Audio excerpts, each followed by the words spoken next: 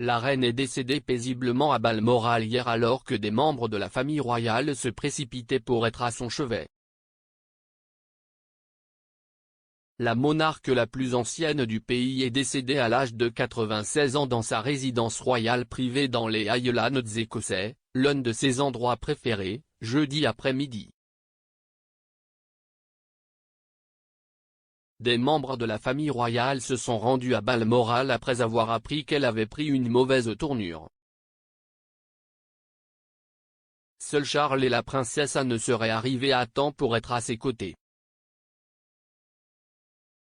Dans un communiqué publié jeudi à 18h30, le palais a déclaré « La reine est décédée paisiblement à Balmoral cet après-midi ». Le roi et la reine consort resteront à Balmoral ce soir et reviendront à Londres demain. Charles est devenu le roi Charles III ayant accédé au trône immédiatement à la mort de sa mère et Camilla est maintenant reine consort. Le Royaume-Uni entrera dans une période de deuil national pour la reine, qui a consacré sa vie au devoir royal et pour la plupart des Britanniques est le seul monarque qu'il ait jamais connu, avec des foules se rassemblant devant le palais de Buckingham dans le centre de Londres la nuit dernière. Dans un communiqué, Charles a déclaré « Le décès de ma mère bien-aimée, Sa Majesté la Reine, est un moment de la plus grande tristesse pour moi et tous les membres de ma famille. Nous pleurons profondément le décès d'une souveraine chérie et d'une mère très aimée.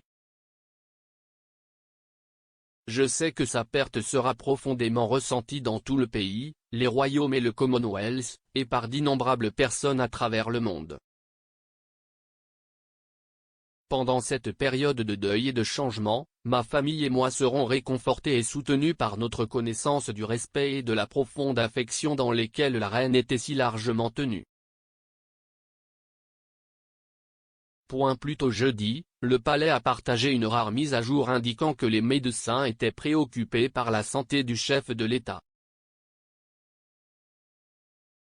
Un communiqué juste après 12h30 a déclaré « Après une nouvelle évaluation ce matin, les médecins de la reine sont préoccupés par la santé de Sa Majesté et ont recommandé qu'elle reste sous surveillance médicale.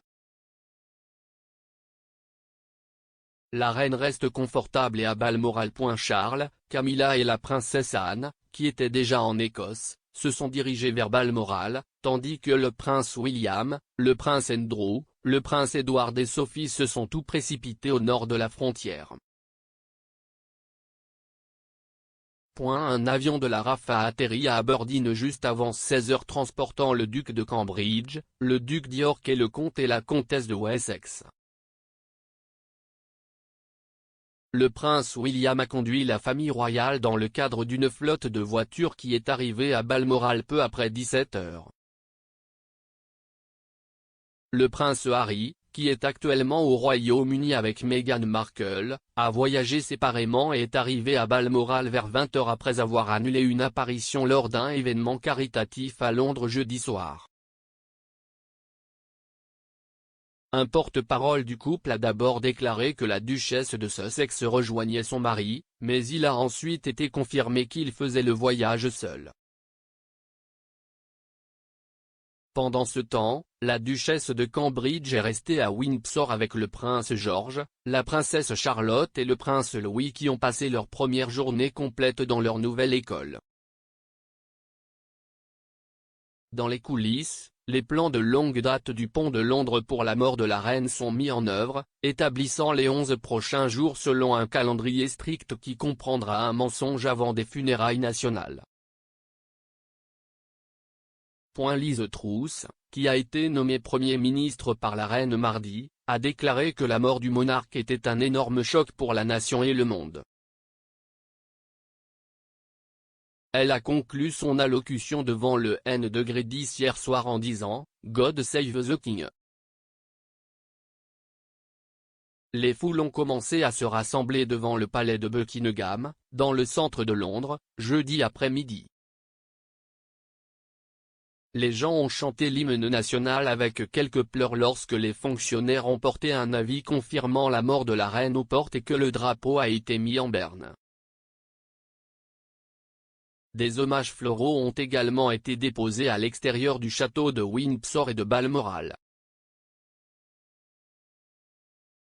L'inquiétude pour la santé de la reine s'est intensifiée au cours de l'année écoulée, mais s'est intensifiée aujourd'hui à la suite de la déclaration du palais. Elle souffrait de problèmes de mobilité persistants et avait rarement effectué des engagements en dehors de ses résidences royales ces derniers mois. Buckingham Palace avait refusé de donner un commentaire continu sur la santé du monarque. Elle avait l'air brillante mais fragile pour son audience avec Madame Truss à Balmoral mardi. Ce fut une journée chargée pour le chef de l'État qui a également accepté la démission de Boris Johnson dans sa résidence de l'Aberdeenshire, où elle passait sa pause estivale annuelle.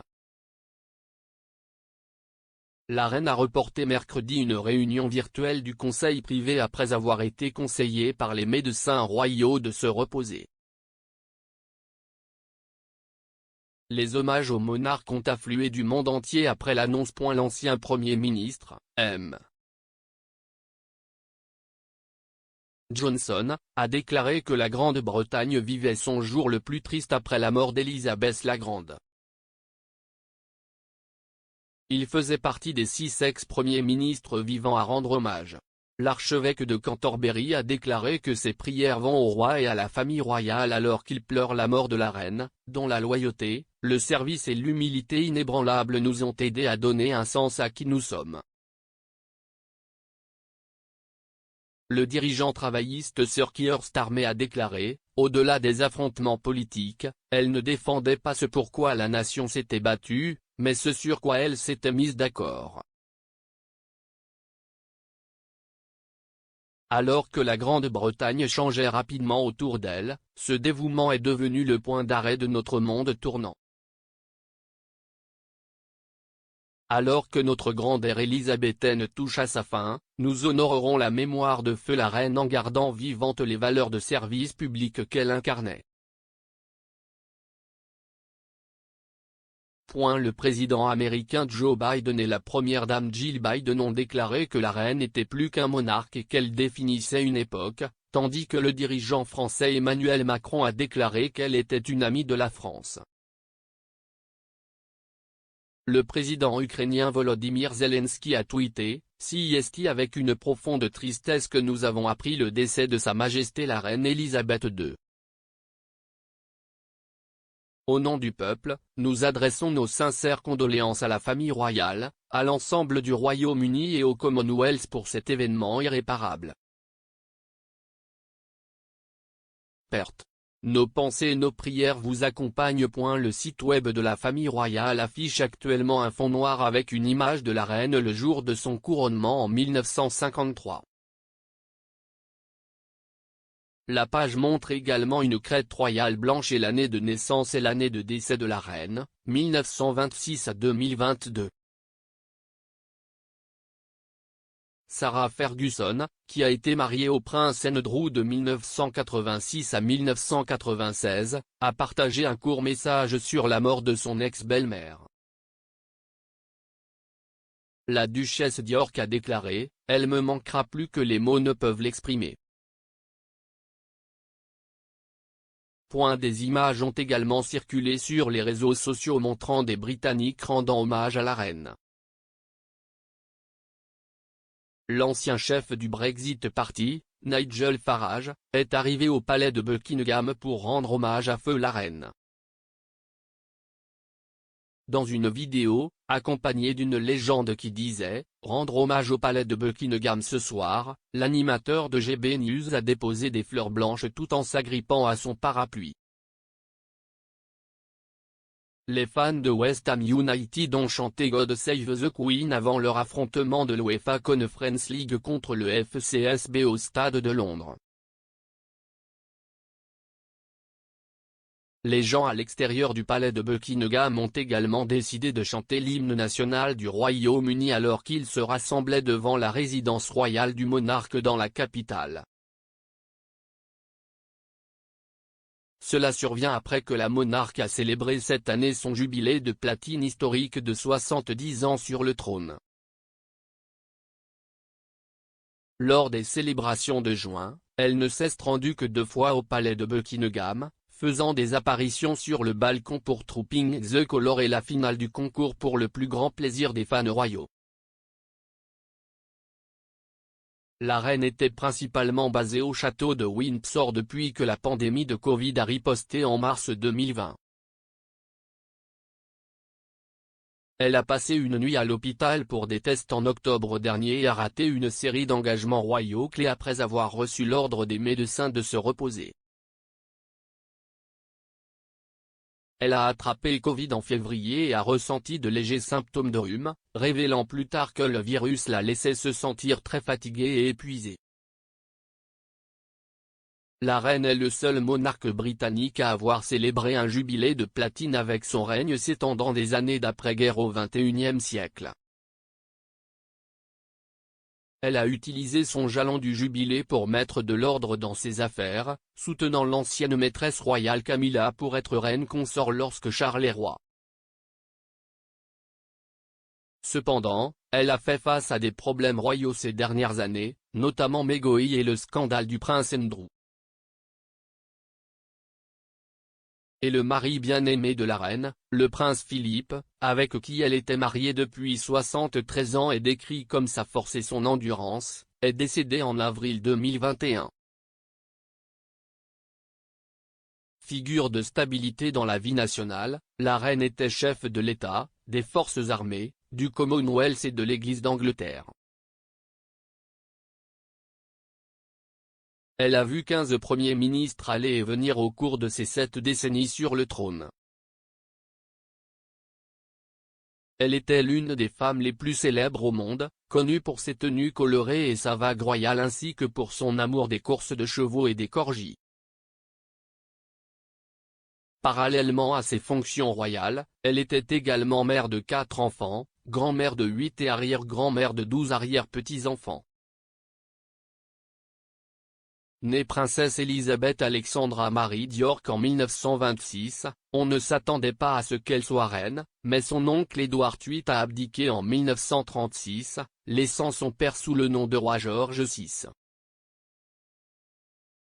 À l'occasion de son 21e anniversaire, elle a juré dans une émission de radio que toute ma vie, qu'elle soit longue ou courte, sera consacrée à votre service. La princesse n'avait que 25 ans lorsqu'elle est devenue reine en 1952. Elle a clôturé les 4 jours de festivités du jubilé plus tôt cette année avec un message renouvelant son engagement à servir en tant que monarque au mieux de mes capacités, soutenu par ma famille. Le nouveau roi tiendra sa première audience avec le Premier ministre vendredi avant de s'adresser à la nation à la télévision dans la soirée. Samedi matin, un conseil d'adhésion se réunira au palais St James à Londres pour proclamer officiellement Charles comme nouveau souverain. William, en tant que duc de Cornouailles et de Cambridge, est l'héritier du trône, et Kate est la duchesse de Cornouailles et de Cambridge.